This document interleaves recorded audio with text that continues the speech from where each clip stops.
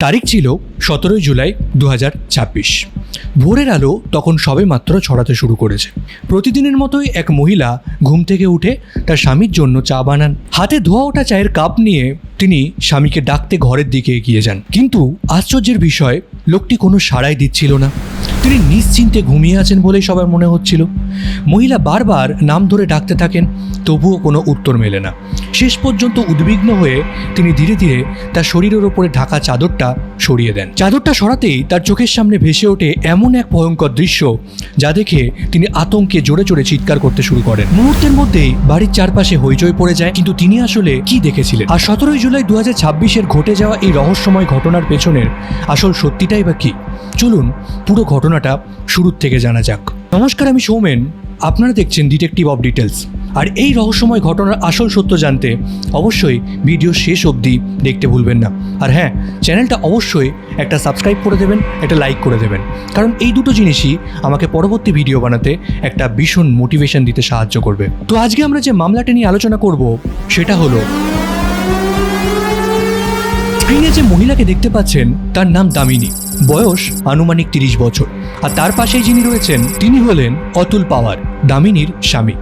অতুলের বয়স প্রায় 35 বছর। আজ থেকে প্রায় 7 বছর আগে অর্থাৎ 2019 সালে তাদের বিয়ে হয়।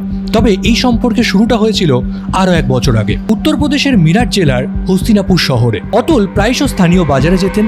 সেই বাজারে ছিল একটি কসমেটিক্সের দোকান, যেখানে প্রয়োজনীয় জিনিস মাঝে মাঝেই কিনতে আসতেন দামিনী। একদিন সেই দোকানেই প্রথমবারের মতো মুখোমুখি হন এই দুজন। প্রথম দেখাতেই দামিনীকে ভালো লেগে যায় অতুলের। অন্যদিকে অতুল ভদ্র ব্যবহার আর তার শান্ত স্বভাবের জন্য দামিনীরও মন জয় করে নেয়। সেই ছোট্ট পরিচয় ধীরে ধীরে কথোপকথন বদলে যায়। একসময় দুজনের ফোন নাম্বার একে অপরকে দেন। এরপর শুরু হয় দীর্ঘ ফোন আলাপ, নিয়মিত দেখা করা আর একসঙ্গে সময় কাটানো। ঘন্টার পর ঘন্টা নিজেদের সুখ দুঃখ ভাগ করে নিতেন তারা। প্রায় 1 বছর ধরে গোপনে চলতে থাকে তাদের প্রেম। সময়ের সঙ্গে সঙ্গে দুজনেই বুঝতে পারেন একে অপরকে ছাড়া জীবনে কল্পনা করাই অসম্ভব।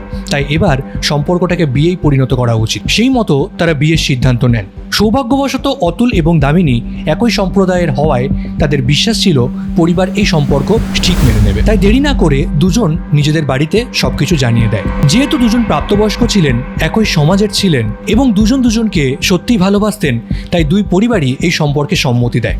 অবশেষে 2019 সালে ধুমধাম করে তাদের বিয়ে সম্পূর্ণ হয়। বিয়ের পর দামিনী শ্বশুর বাড়িতে চলে আসেন। নতুন জীবন শুরু হয় ভালোবাসার বিশ্বাসকে সঙ্গী করে। এমনকি দুজনের ভবিষ্যৎ নিয়ে বড় বড় স্বপ্নও দেখতেন। দামিনী ছিলেন উচ্চশিক্ষিত এবং আধুনিক চিন্তাধারার একজন নারী। তাই বিয়ের পর শুধুমাত্র সংসারে সীমাবদ্ধ না থেকে তিনি চাকরি শুরু করেন। অন্যদিকে অতুলও একটি কম্পিউটার কোম্পানিতে কাজ করতেন। আর অতুল নিজের নামে প্রায় 20 লক্ষ টাকার জীবন বীমাও করিয়ে রেখেছিলেন। তো দুজনের আয়ে সংসার সচ্ছলভাবেই চলছিল। এরপর 2020 সালে তাদের ঘরে জন্ম নেয় একটি পুত্র সন্তান। ছেলের নাম রাখা হয় মানিক। দুজনে মিলে খুব যত্নে ছেলেকে বড় করতে থাকেন। তবে শুধু চাকরি করে তারা জীবন কাটাতে চাননি। ভবিষ্যতে নিজেদের মতন করে বড় কিছু করার স্বপ্ন দেখতেন তারা। একদিন দামিনী অতুলকে বলেন, অন্যের অধীনে চাকরি করে অনেক সময় নষ্ট হয়, আবার স্বাধীনতাও থাকে না। তার চেয়ে যদি আমরা নিজেরাই একটা ব্যবসা শুরু করি, জিনিসটা কি মন্দ হবে? মানে দামিনীর ইচ্ছা ছিল এমন একটা প্রতিষ্ঠান গড়ে তোলা যেখানে তারা নিজেরাই হত্যাকর্তা বিধাতা হবেন। এদিকে দামিনী জানান তার বিয়ের ডিগ্রি রয়েছে, তাই কেন না দুজন মিলে একটা প্লে স্কুল শুরু করা যায়। শিক্ষাক্ষেত্রে কাজ করলে যেমন সমাজে সম্মান পাওয়া যাবে, তেমনি ভালো আয়েরও সুযোগ থাকবে। অতুলের এই পরিকল্পনাটা খুব ভালো লাগে, তাই দুজনে নিজেদের চাকরি ছেড়ে দেন। নিজেদের সঞ্চিত অর্থ দিয়ে 2022 সালে মিরাটের হস্তিনাপুরেই প্রতিষ্ঠা করেন কৃষ্ণা কিডস প্লে স্কুল। স্কুলের ম্যানেজিং ডিরেক্টর হন অতুল। সমস্ত প্রশাসনিক কাগজপত্রের দায়িত্ব ছিল তার উপরেই। আর এদিকে দামিনী নিজের শিক্ষাগত যোগ্যতার কারণে প্রিন্সিপাল হন তিনি। পড়াশুনো, শিক্ষক শিক্ষিকা এবং শিশুদের দেখাশোনার দায়িত্ব সবকিছুই তিনিই সামলাতেন। তবে তাদের শুরুটা মোটেও সহজ ছিল না। নতুন স্কুল হওয়ায় অনেকেই অভিভাবক তাদের বাচ্চাদের এই স্কুলে ভর্তি করাতে চাইতেন না। প্রথম কয়েক সপ্তাহ হাতে গোনা কয়েকজন ছাত্রছাত্রী ভর্তি হয় তাদের স্কুলে। আর এটা দেখে দুজনেই বেশ কিছুটা চিন্তায়ও পড়ে গেছিলেন, কিন্তু তারা হার মানেননি। অতুল ও দামিনী নিজেরাই হস্তিনাপুরের বিভিন্ন এলাকায় ঘুরে ঘুরে স্কুলের প্রচারপত্র বিলি করতে শুরু করেন। দামিনী যখনই কোনো অভিভাবকের সঙ্গে কথা বলতেন, অত্যন্ত আত্মবিশ্বাসের সঙ্গে বোঝাতেন কেন তাদের স্কুল শিশুদের জন্য আদর্শ। অন্যদিকে অতুল দিন রাত স্কুলের ব্যবস্থাপনায় আরও উন্নতি কিভাবে করা যায় সেদিকে ব্যস্ত থাকতেন। অবশেষে তাদের কঠোর পরিশ্রমের ফল মিলতে শুরু করে। অভিভাবকদের কাছে দামিনীর ব্যবহার এবং পড়াশোনার ধারণা খুবই ভালো লাগে। ধীরে ধীরে স্কুলের সুনামও চারিদিকে ছড়িয়ে পড়তে শুরু করে। যে স্কুলে যাত্রা শুরু হয়েছিল মাত্র 1-2 ছাত্র দিয়ে, কিছুদিনের মধ্যেই সেখানে প্রায় 150 জনেরও বেশি শিশু পড়তে শুরু করে। ছাত্রছাত্রীর সংখ্যা বাড়তে থাকায় একা সবকিছু সামলানো সম্ভব হচ্ছিল না, তাই আরও শিক্ষক শিক্ষিকার নিয়োগও করা হয়। এখন স্কুল থেকে ভালো আয় হতে শুরু করেছে, সমাজে অতুল আর দামিনীর সম্মানও অনেকটা বেড়ে গেছে। আর এদিকে অতুলও ভীষণ খুশি ছিলেন, কারণ তার স্ত্রীর দেখা স্বপ্ন অবশেষে বাস্তবে রূপান্তরিত হয়েছে। সবকিছু যেন একবারে নিখুঁতভাবে চলছিল। সুখী পরিবার, সফল ব্যবসা, সমাজে সম্মান, সবই ছিল তাদের জীবনে। কিন্তু কে জানতো এই সাফল্যের আড়ালে ধীরে ধীরে জন্ম নিচ্ছে এমন এক ষড়যন্ত্র যা শেষ পর্যন্ত সবকিছু ধ্বংস করে দেবে। একদিন স্কুলে চাকরির খোঁজে আসে তুষার ওরফে নিক্কি নামে এক যুবক। সে দামিনীকে জানায় তার খুব জরুরি ভিত্তিতে একটা চাকরির প্রয়োজন। ঠিক সেই সময়ই স্কুলের ভ্যান চালানোর জন্য একজন ড্রাইভারের দরকার ছিল, এমন একজন যিনি প্রতিদিন শিশুদের বাড়ির থেকে স্কুলে নিয়ে আসবেন এবং নিরাপদে আবার বাড়িতে পৌঁছে দেবেন। দামিনী তাই তুষারকে মাসিক 10,000 টাকার বেতনে ড্রাইভারের চাকরিটা দিয়ে দেন। তুষার মিরাট জেলার মাওয়ানা এলাকার কোহলা গ্রামের বাসিন্দা ছিল। প্রতিদিন নিজের গ্রাম থেকে হস্তিনাপুরে এসে স্কুলের কাজ করত। বয়স ছিল মাত্র 23 থেকে 25 বছর। সেও বিবাহিত ছিল এবং পরিবারের দায়িত্ব কাঁধে নিয়ে কঠোর পরিশ্রম করছিল। তার কাজ ছিল শিশুদের স্কুলে আনা নেওয়া, পাশাপাশি প্রতিদিন দামিনীকেও বাড়ির থেকে স্কুলে আনা এবং স্কুল শেষে বাড়ি পৌঁছে দেওয়া। আর এই যাতায়াতের সময়ে দুজনের মধ্যে কথাবার্তা শুরু হয়। প্রথম দিকে সেই কথাবার্তা ছিল একেবারেই স্বাভাবিক, কিন্তু দিন যত এগোতে থাকে তাদের সম্পর্কের গভীরতা তত বাড়তে থাকে। এদিকে অতুল প্রায়শ স্কুলের প্রশাসনিক কাজের জন্য বাইরে ব্যস্ত থাকেন, আর সেই সুযোগে তুষার আর দামিনী স্কুলের অফিসে ঘন্টার পর ঘন্টা একসঙ্গে সময় কাটাতে শুরু করেন। ধীরে ধীরে দামিনী শুধু স্কুলের কাজ নয়, নিজের ব্যক্তিগত সমস্যা, মানসিক চাপ সবকিছুই তুষারের সঙ্গে ভাগ করে নিতে শুরু করে। এমনকি স্কুল ছুটি হয়ে যাওয়ার পর যখন ছাত্রছাত্রীরা চলে যেত এবং ভ্যানও পার্ক করা থাকতো, তখন তুষার স্কুলেই থেকে যেত। দুজনে অফিসে বসে দীর্ঘ সময় একসঙ্গে কাটাতেন। এভাবে করে করে কয়েক মাসের মধ্যে তাদের বন্ধুত্ব এমন এক সম্পর্কে পরিণত হয় যা ধীরে ধীরে সব সীমা অতিক্রম করে যায়। তুষার বিবাহিত হওয়া সত্ত্বেও পুরোপুরি দামিনীর প্রেমে পড়ে যায়, আর দামিনীও নিজের স্বামী অতুলের থেকে মানসিকভাবে দূরে সরে গিয়ে তুষারের প্রতি গভীরভাবে আকৃষ্ট হয়ে পড়ে। অতুলের অনুপস্থিতিতে স্কুলের বন্ধ ঘরের ভেতরে তাদের গোপন সাক্ষাৎ যেন নিয়মিত অভ্যেসে পরিণত হয়। সময়ের সঙ্গে সঙ্গে তাদের সম্পর্ক এতটাই গভীর হয়ে যায় যে একটা সময় পর গিয়ে তারা মনে করতে শুরু করেন একজনকে ছাড়া আরেকজন জীবন অসম্পূর্ণ। কিন্তু এই পুরো সময়টাতেই অতুল কিছুই বুঝে উঠতে পারেননি। দিন রাত স্কুলের উন্নতির জন্য পরিশ্রম করা মানুষটি চোখ বন্ধ করে নিজের স্ত্রীকে বিশ্বাস করতেন। তিনি জানতেই পারেননি তার সবচেয়ে কাছের মানুষটি তাকে প্রতারণা করছে। এদিকে তাদের গোপনে দেখা করাও ক্রমশ কঠিন হয়ে উঠছিল। দামিনী এবং তুষার সিদ্ধান্ত নেন সমাজ এবং পরিবারের সমস্ত বাধা ভেঙে তারা একসঙ্গে নতুন জীবন শুরু করবেন। এদিকে তুষার নিজের স্ত্রীকে ছেড়ে দিতে প্রস্তুত, আর দামিনীও অতুলের কাছ থেকে মুক্তি চাইছিলেন। কিন্তু একটা বড় সমস্যা ছিল। দামিনী জানতেন যদি তিনি অতুলকে ডিভোর্স দেন তাহলে আর্থিকভাবে তিনি বড় ক্ষতির মুখে পড়বেন। প্লে স্কুলের মালিকানাও চলে যেতে পারে তার হাত থেকে।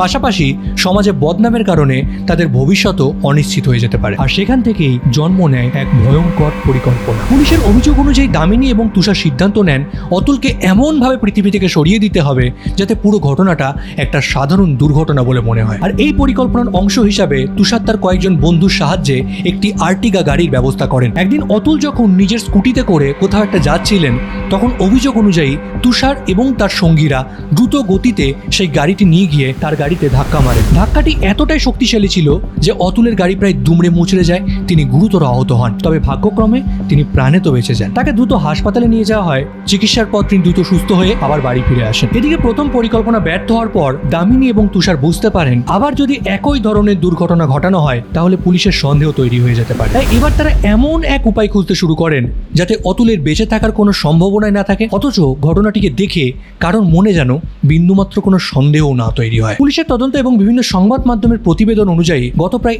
1 বছর ধরে দামিনী ইন্টারনেটে এবং সোশ্যাল মিডিয়ায় এমন সব অপরাধের ঘটনা খুঁজছিলেন যেগুলো অস্বাভাবিক এবং যেখানে অপরাধীদের ধরা কঠিন। তিনি নাকি এমন সিনেমা এবং ওয়েব সিরিজও নিয়মিত দেখতেন যেখানে নিখুঁত পরিকল্পনায় অপরাধ করে পুলিশের চোখে ফাঁকি দিয়ে কাহিনী দেখানো হয়। আর এই ঘটনাগুলি দেখার পর দামিনীর মনে একটা ধারণা জন্মায়, ভারতে প্রতি বছর বহু মানুষ সাপের কামড়ে মারা যায় এবং বেশিরভাগ ক্ষেত্রেই সেই মৃত্যু দুর্ঘটনা হিসাবেই কিন্তু ধরা হয়। পুলিশের অভিযোগ অনুযায়ী তখনই তিনি পরিকল্পনা করেন যদি ঘুমন্ত অবস্থায় অতুলকে একটা সাপ দিয়ে কামড় করানো যায় তাহলে পরিবার এবং পুলিশ দুপক্ষই ভাববে এটা একটা দুর্ঘটনা। তারপর দামিনী যখন এই পরিকল্পনার কথা তুষারকে জানায় সেও রাজি হয়ে যায়, কিন্তু সামনে ছিল একটা বড় সমস্যা।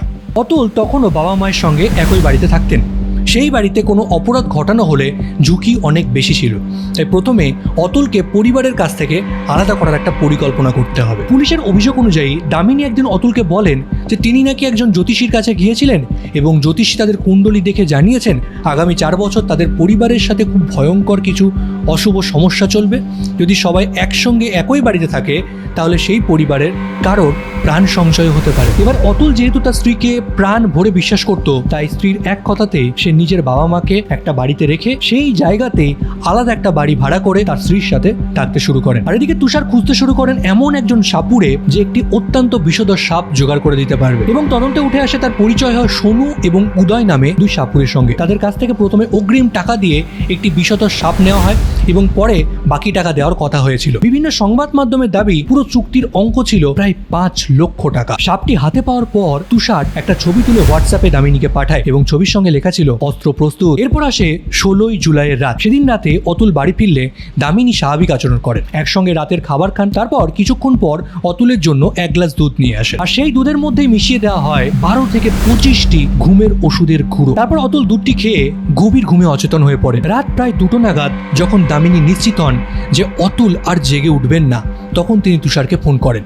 কিছুক্ষণের মধ্যে তুষার সোনু এবং উদয় নামে ওই 2 সাপুড়িকে নিয়ে একটি বাসকে সেই বিষধর সাপটিকে নিয়ে চুপিসারে বাড়িতে ঢোকে। তারপর তারা নিঃশব্দে অতুলের ঘরে গিয়ে বিছানায় চাদরের নিচে সাপটিকে তারা ছেড়ে দেয়। কিছুক্ষণের মধ্যে সাপটি অতুলের পায়ে ছোবল মারে। পোস্টমর্টেম রিপোর্ট অনুযায়ী সেই সাপের বিষেই অতুলের মৃত্যু হয়। আর এরপর অভিযুক্তরা ঘরের মধ্যেই সাপটিকে রেখে পালিয়ে যায়। তারপর দিন সকালে পূর্ব পরিকল্পনা অনুযায়ী দামিনী প্রথমে শ্বশুর বাড়ির লোকজনকে ফোন করেন, তারপর কান্নাকাটি চিৎকার শুরু করেন। তিনি প্রতিবেশী এবং বাড়ির মালিককে জানান আগের রাতে প্রচন্ড গরম ছিল, তাই তিনি 6 বছরের ছেলে মানিককে নিয়ে অন্য ঘরে ঘুমিয়েছিলেন। সকালে চা নিয়ে এসে দেখেন অতুল গভীর ঘুমে আচ্ছন্ন। তারপর চাদর সরাতেই এই দৃশ্য, একটি সাপ ঘরের ভেতরে রয়েছে এবং অতুলের পায়ে কামড়ের দাগ রয়েছে। এই কথা বলেই তিনি কান্নায় ভেঙে পড়ে। এরপর অতুলের বাড়ির লোক যখন সেখানে আসে, অতুলকে হাসপাতালে নিয়ে যাওয়া হয় এবং হাসপাতাল থেকে স্বাভাবিকভাবেই অতুলকে মৃত ঘোষণা করে। তবে ঘটনা কিন্তু এখানে শেষ হয়নি। অতুলের পরিবার জোর দিয়ে পোস্টমর্টমের দাবি তোলে, কারণ তাদের অনেক দিন ধরেই পুত্রবধূর আচরণের ওপরে একটা গভীর সন্দেহ হচ্ছিল। অন্যদিকে দামিনী বারবার চাইছিলেন কোনো ময়না তদন্ত ছাড়াই যেন দ্রুত শেষকৃত্য সম্পূর্ণ করা হয়, কিন্তু অতুলের বাবা তাতে রাজি হননি। তিনি পুলিশকে স্পষ্ট জানিয়ে দেন তার বিশ্বাস এটি কোনো দুর্ঘটনা নয়, বরং পূর্ব পরিকল্পিত হত্যা। আর সেই হত্যাকাণ্ডে তার পুত্রবধূর ভূমিকা নিয়ে তার সন্দেহ আছে। এরপর পুলিশ পোস্টমর্টেম করে এবং রিপোর্টে নিশ্চিত হয় অতুলের মৃত্যু কিন্তু সাপের বিষে। আর অন্যদিকে তদন্তকারীরা এটাও লক্ষ্য করেন স্কুলের ড্রাইভার তুষার সবসময় দামিনীর আশেপাশেই ঘোরাফেরা করছে এবং পুলিশের প্রতিটি পদক্ষেপ সে গভীরভাবে পর্যবেক্ষণ করছে। একজন স্বাভাবিক ড্রাইভারের এমন অস্বাভাবিক আগ্রহ পুলিশের চোখ এড়ায়নি। এরপর পুলিশ দামিনীর মোবাইল বাজেয়াপ্ত করে আর সেখান থেকে খুলতে শুরু করে এই পুরো ঘটনার জট। কল ডিটেলস রেকর্ডে দেখা যায় গত কয়েক মাস ধরে দামিনী এবং তুষারের মধ্যে হাজার হাজার ফোন কল, দীর্ঘ সময়ের কথোপকথন, এমনকি ঘটনার রাতেও প্রায় 2টোর সময় দুজনের মধ্যে ফোনে কথা হয়েছিল। শুধু তাই নয়, মোবাইলের গ্যালারি ঘাঁটতে গিয়ে পুলিশ একটি ছবি উদ্ধার করে। ছবিতে দেখা যায় একটি পাত্রের ভেতরে বন্দী রয়েছে একটি বিষধর সাপ। পরবর্তীতে সেই ছবির সাপটির সঙ্গে ঘটনাস্থল থেকে উদ্ধার হওয়া সাপের মিল পাওয়া যায়। তদন্তে জানা যায় ছবিটি তুষার হোয়াটসঅ্যাপে দামিনীকে পাঠিয়েছিল। এই প্রমাণ সামনে আসার পর পুলিশ দামিনীকে আটক করে। পুলিশ জিজ্ঞাসাবাদ করার পর তিনি সব অপরাধের কথা স্বীকারও করে নেন। অন্যদিকে তুষার প্রথমে পালিয়ে গেলেও তাকেও কয়েক ঘন্টার মধ্যে গ্রেপ্তার করে পুলিশ। পাশাপাশি সেই 2 সাপুড়ে সোনু এবং উদয়কেও গ্রেপ্তার করা হয়। বর্তমানে এই মামলার 4 অভিযুক্তই বিচারাধীন অবস্থায় কারাগারে রয়েছেন এবং তাদের ছোট্ট ছেলে মানিক এখনো দাদু দিদার কাছেই বড় হচ্ছেন। এই মামলাটি আমাদের একটা বিষয় স্পষ্টভাবে মনে করিয়ে দেয়, অপরাধ যতই নিখুঁত পরিকল্পনা করা হয় না কেন, সত্যকে কোনোদিন লুকিয়ে রাখা যায় না। এই ষড়যন্ত্রে সবচেয়ে বড় শাস্তি আসলে কে পেল? একজন স্বামী প্রাণ হারালেন, 2 পরিবার ধ্বংস হয়ে গেল, আর সবচেয়ে বেশি ক্ষতিগ্রস্ত হলো সেই নির্বোধ ছোট্ট ছেলেটি যে একসঙ্গে হারালো তার মা এবং তার বাবাকে। আপনার মতে এই ঘটনার সবচেয়ে বড় ভুলটি আসলে কোথায় হয়েছিল? আপনার মতামত অবশ্যই কমেন্টে জানাতে ভুলবেন না। আর ধন্যবাদ এতটা মূল্যবান সময় দিয়ে এতক্ষণ অবধি এই ঘটনাটাকে মন দিয়ে শোনার জন্য। দেখা হচ্ছে আরও একটি রহস্যময় কেস নিয়ে খুব তাড়াতাড়ি। সঙ্গে থাকবেন।